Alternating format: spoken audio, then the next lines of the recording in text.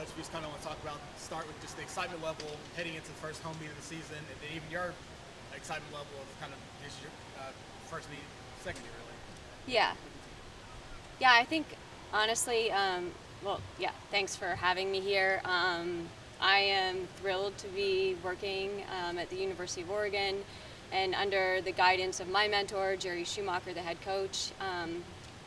I have loved my 3 weeks getting to know the current men's and women's distance team. They are very dedicated, working really hard, and it's been a fairly seamless transition, honestly. I didn't know coming in what to expect and how receptive the athletes would be to a new staff, but I've been thrilled to get to know them. They're really good kids, and again, working really hard. This is like our first real big meet, I'd say, where collectively we feel pretty ready. Again, it was only been 3 weeks since we've been working together. But the kids are coming along and they're getting fitter and fitter, literally each workout, gaining more confidence. So I think they're really excited to showcase the work that they put in this summer, and then specifically with Coach Schumacher and I, the specific workouts to bring them along. So this will be as a coach, I'm just can't wait to see how my team is going to develop and where we fall and which is going to be my traveling squad. And fortunately, we have a lot of people that are really healthy and are in great shape. So this is like the first true test, and to see where like the top 10 athletes, men and women, are going to fall. And we've got a good lineup of other teams to compete against. Specifically, from outside our region, Texas and UCLA. Cal Fullerton, so it's a decent mix-up, and I think I haven't seen the course yet, but from my understanding from the athletes, they said it runs pretty fast, so just a good hard effort, and to just see where we are as a team and moving forward, and then start to set some really more concrete goals from this first meet.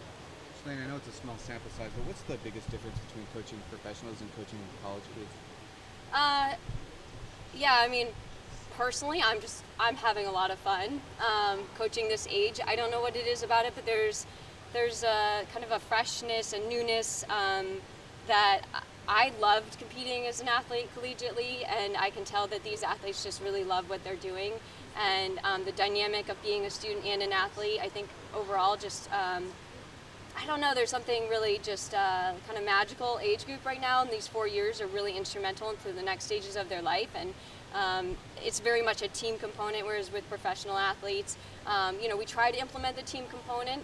Like with Bowerman, we have that, but to a degree, when you're competing for something bigger than yourself and for a university, I think it elevates performances. Everyone talks about Hayward Magic and what is Hayward Magic, and to me, it's that relationship between the fans and the athletes performances are elevated because of the fan base, and we have the best fan base here in Eugene, and I think our kids feel that energy and that enthusiasm, and I remind them that this community cares a lot, and it's been fun to get here and to feel it instantly, literally talking to a variety of groups within the community, running groups and youth programs, and just figuring out how we can synergize and use the energy and enthusiasm at the meets, and that's what's led us to the event that we're going to have on Friday night, and inviting people into Hayward. There's been a lot of people that haven't actually really been in Hayward.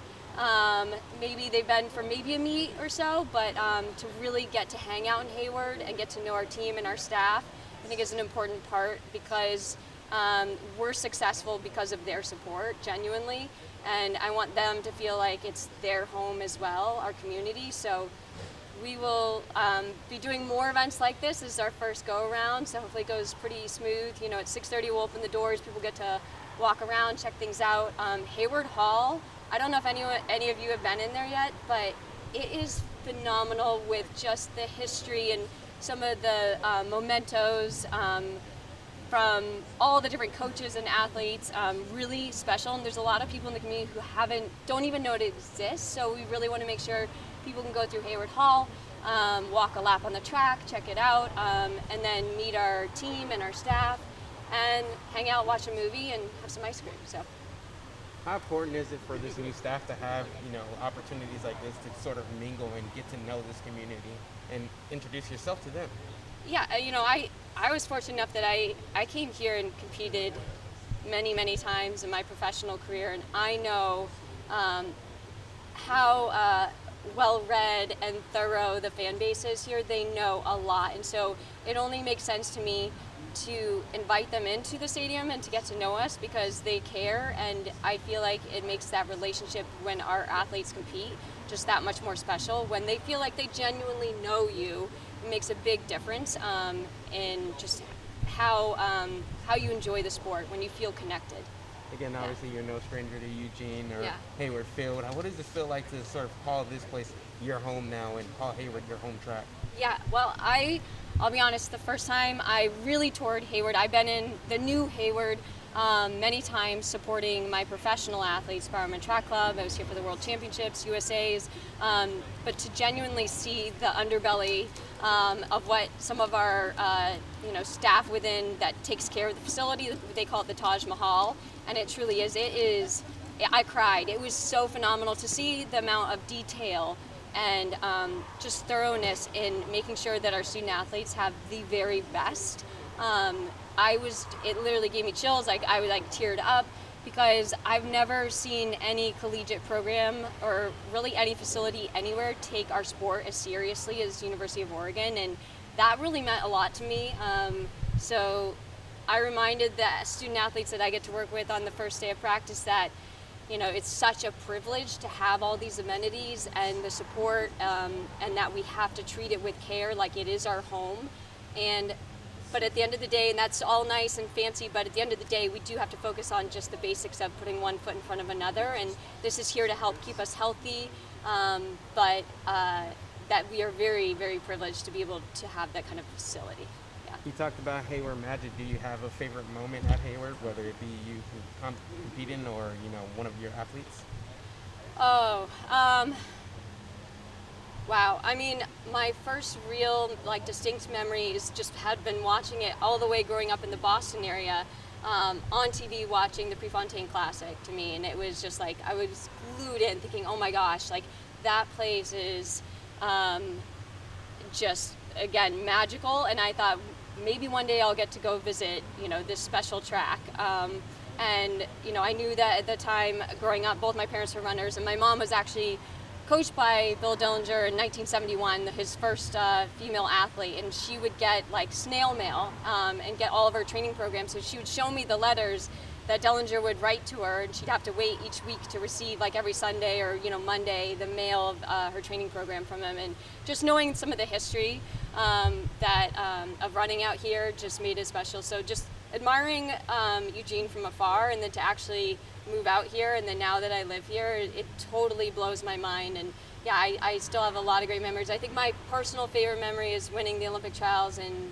2008, the 10,000 meters, and making that team, which led to then me winning an Olympic medal. But that confidence that I took from competing in Eugene and winning a national title, Olympic trials title, obviously was a pivotal moment in my career. So I'm sure when you've come to Eugene before, people recognize you, people know who you are, but is there a different reception for you when you walk around town wearing Oregon gear now? Yeah, it's I really appreciate the support, but it is a little weird when I'm going to check out at Target and someone is commenting on my groceries or whatever I'm buying. I'm like, oh, I did not know that people knew who I was right now. And but overall, no, I think our athletes and our staff thrive on knowing that people really care. It really elevates our coaching, and it elevates our athletes to knowing that people care what we're doing, and that's important. So. Yeah. What about the team, Shalane? Aaron would probably be considered the favorite to win the race on Friday, but are there any pleasant surprises that you've seen so far, or anything that strikes you from your limited time so far with the team? Yeah, so with the men's sessions, I haven't been able to attend all of them because we're kind of working out on the same days, and I'm with the women primarily, but I try to pop in and watch the men's sessions. Aaron had a great summer, right, at Europeans, so he's kind of come back a little bit slower because he took some time off, but I'll be honest, I don't know if he's going to be our top runner, here on Friday, but there's a good collective group, and certainly I think some of the older athletes are in good shape.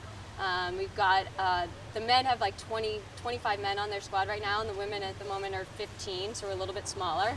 And then with my women, like why I'm like so excited to see them race is because I've had them work out as a very big group, and there's been a lot of synergy and enthusiasm working out together. I have 6 women that I honestly don't know who would win the race. I have 6, which isn't that's a great problem to have them that close. So within their sessions on any given day, you know, in the last rep, they definitely race each other a little bit, and I'm trying to teach them to rein that in and control it. But their excitement for what they're doing is phenomenal. Like I feed off of it as a coach, but honestly, I don't know with my top 6 women who would actually win the race. So that's a great problem to have, to be honest. Yeah.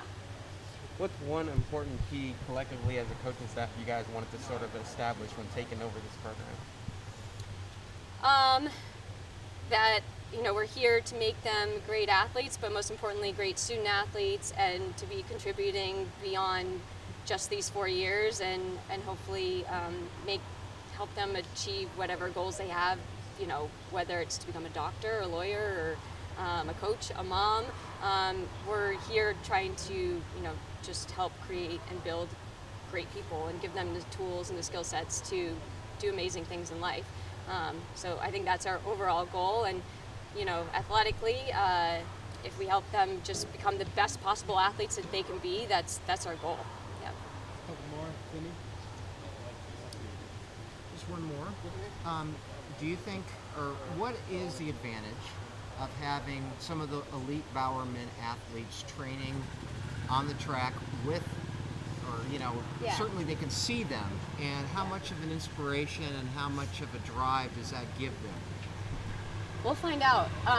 You know, our Bowerman athletes haven't arrived yet. They'll be here mid-October, but I can only imagine, because some of my athletes have already been asking about when Bowerman would arrive, and I think there's a lot of contagious enthusiasm knowing that they have a coaching staff that works with some of the world's best distance runners, and then they get to just rub elbows with some of the greats that we have, like the Carissa Schweitzer and, you know, Grant, and I just think hopefully they gain confidence knowing that we have the intentions, if there are some athletes that want to go beyond this arena and this platform, that we have the tools to be able to help them do that if they have that goal.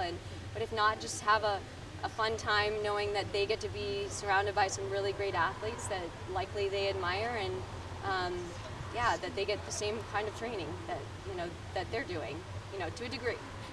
Yeah.